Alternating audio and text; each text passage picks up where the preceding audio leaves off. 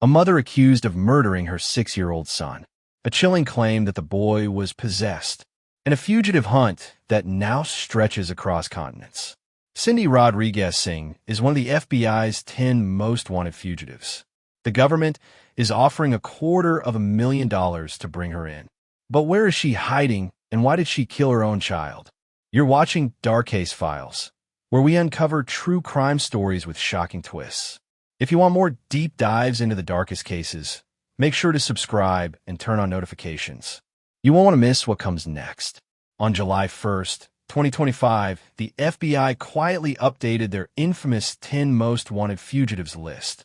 It is a place reserved for terrorists, cartel bosses, and cold-blooded killers. And yet this summer, a new name appeared, a suburban mother from New Jersey, Cindy Rodriguez Singh. The announcement stunned the public. It wasn't just the charge, first-degree murder of her 6-year-old son. It was the haunting detail that investigators revealed. Cindy had repeatedly told friends, family, and even neighbors that her little boy was possessed by evil. The FBI believes she killed him in cold blood, then vanished without a trace. Some say she fled to Mexico. Others believe she made it back to India, her husband's home country, where she could disappear forever. What no one disputes is that Cindy is gone, and her son is dead. The Bureau made its stance clear. We will not rest until she is found. Someone, somewhere, knows where Cindy Rodriguez Singh is hiding. To understand how this tragedy unfolded, we need to go back decades to Cindy's own childhood. Born in the mid-1980s in New Jersey, Cindy grew up in what many would describe as an ordinary middle-class family. Her parents were first-generation immigrants from Mexico. They worked hard, emphasized education, and wanted Cindy to have a better life than they did. Cindy was quiet in school. Teachers describe her as bright but withdrawn. She wasn't the most social child, but she was fiercely protective of her younger siblings. Childhood friends remembered her as someone who could be playful one moment, but moody and brooding the next. As she grew older, those mood swings became more pronounced. Cindy struggled with bouts of depression in her teenage years.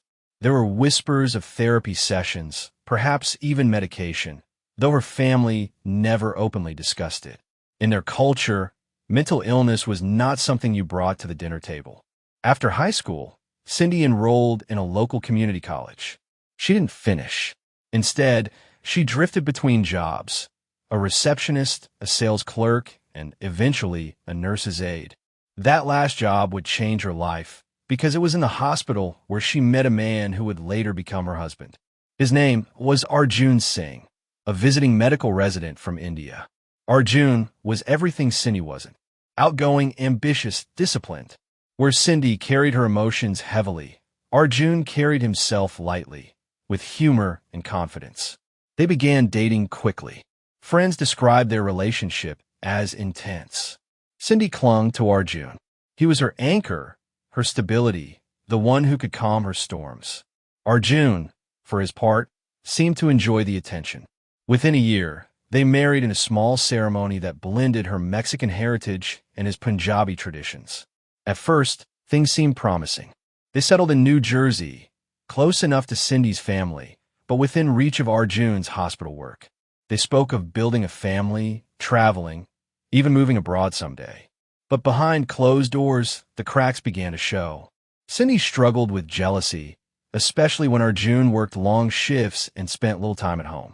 She also grew increasingly fixated on religion. Not one faith in particular, but a mix of Catholicism, folk superstitions, and later, darker spiritual beliefs. By 2016, Cindy was pregnant with their first and only child, a boy. His arrival should have been a moment of joy, but instead, it marked the beginning of the descent. The boy, whose name the FBI has chosen not to release publicly, was born in the fall of 2016. He was a healthy baby. Family photos showed a smiling child with big brown eyes, a little boy who loved toy trucks, cartoons, and playing outside. Neighbors described him as sweet and gentle. Teachers said he was curious, talkative, and bright. He loved dinosaurs. He told classmates he wanted to be a firefighter when he grew up. But his mother's perception was far darker. Cindy began telling relatives that her son wasn't normal. She claimed he would sometimes look at her with evil in his eyes. At first, family brushed it off as exhaustion. Every parent struggles, especially new mothers. But Cindy's language became more alarming. She started saying he was possessed, that he was not her real son, that something had taken him. Arjun tried to intervene. He told Cindy she needed help.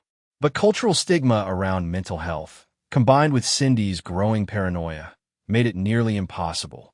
Cindy insisted there was nothing wrong with her. The problem, she said, was with the boy. Friends recalled one chilling moment at a birthday party. Cindy leaned over to another mother and whispered, "Sometimes I think he's the devil." The other mother laughed nervously, thinking it was a bad joke. But Cindy didn't laugh. Over the next 2 years, Cindy withdrew from her social circle. She stopped attending family events. She cut back on phone calls. Even her siblings noticed the change. She spent hours reading online forums about demonic possession and spiritual warfare. She ordered books on exorcisms. At church, she began pressing pastors with bizarre questions. Can a child be born without a soul? Can evil live inside a child? Arjun, overwhelmed by his hospital duties and his own family obligations back in India, struggled to cope. He urged her to see a doctor. Cindy refused. The marriage grew tense. Arguments erupted weekly.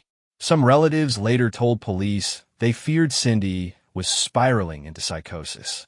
But no one imagined what would come next. Because by early 2023, Cindy wasn't just talking about her son being possessed. She was planning what to do about it. It was a quiet Sunday night in early spring 2023 when Cindy's worst obsessions finally turned deadly. Neighbors later told investigators they heard nothing unusual. No screams, no breaking glass. The house on the corner of the quiet New Jersey block was dark, curtains drawn, silent.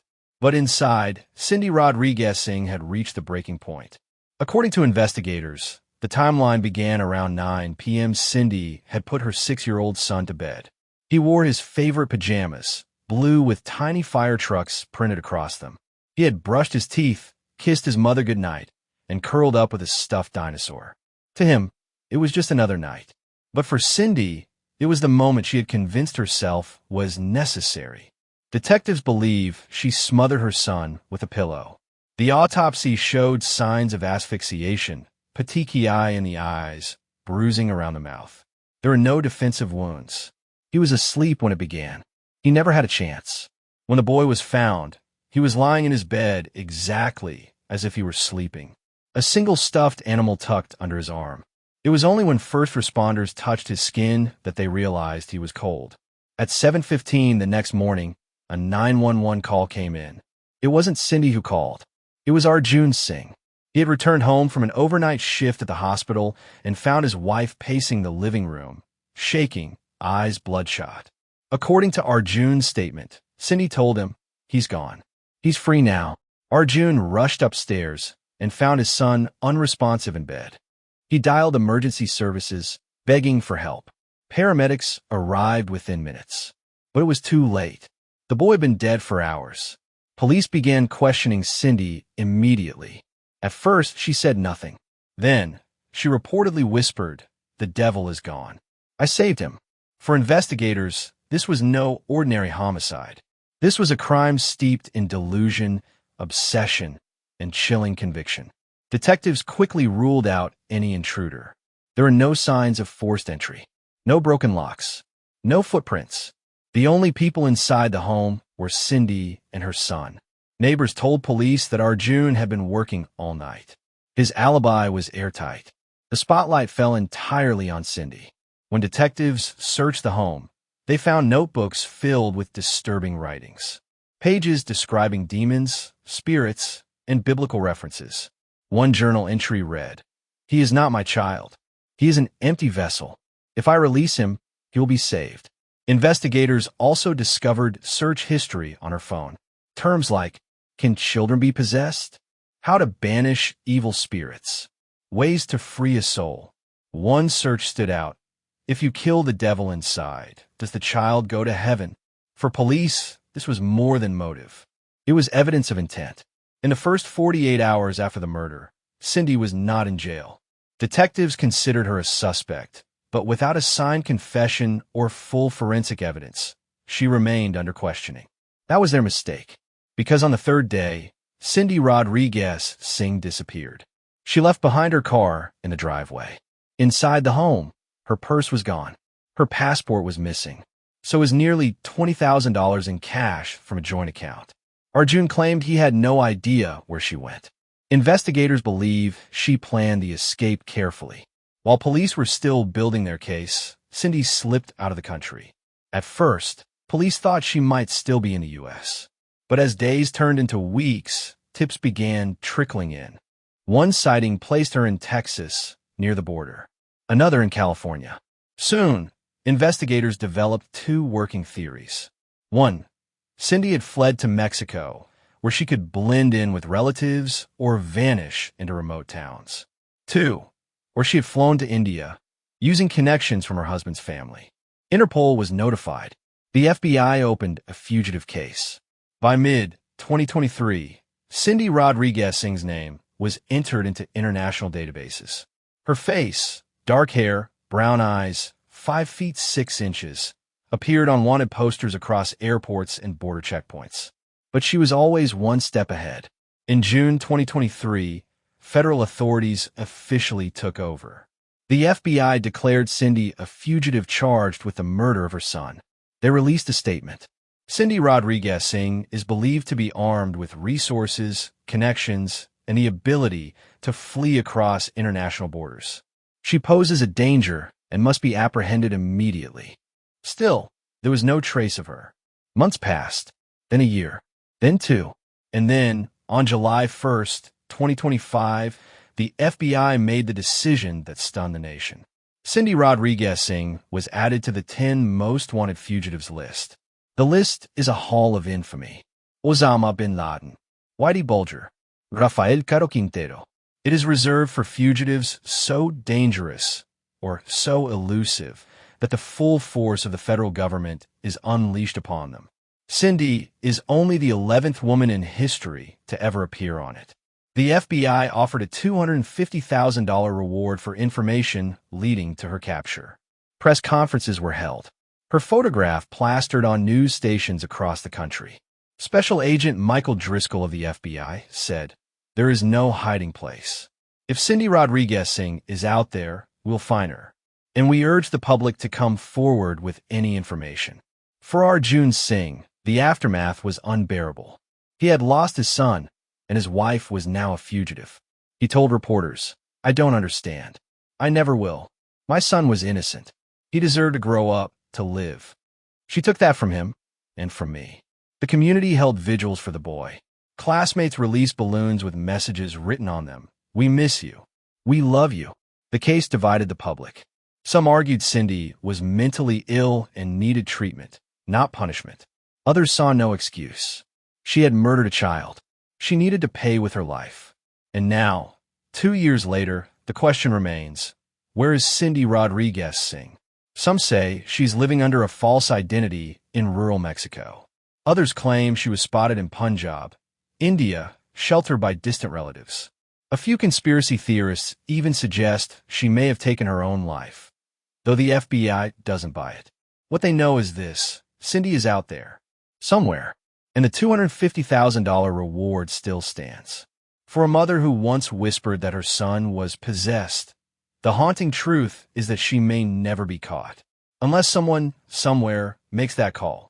Because the FBI does not forget, and neither will the family of a little boy who just wanted to be a firefighter when he grew up. If you found this case as disturbing as we did, don't forget to subscribe to Dark Case Files for more true crime stories with shocking twists. And let us know in the comments, do you think Cindy is hiding in Mexico, India, or somewhere else entirely? Until the truth comes out, this case remains one of the FBI's darkest mysteries.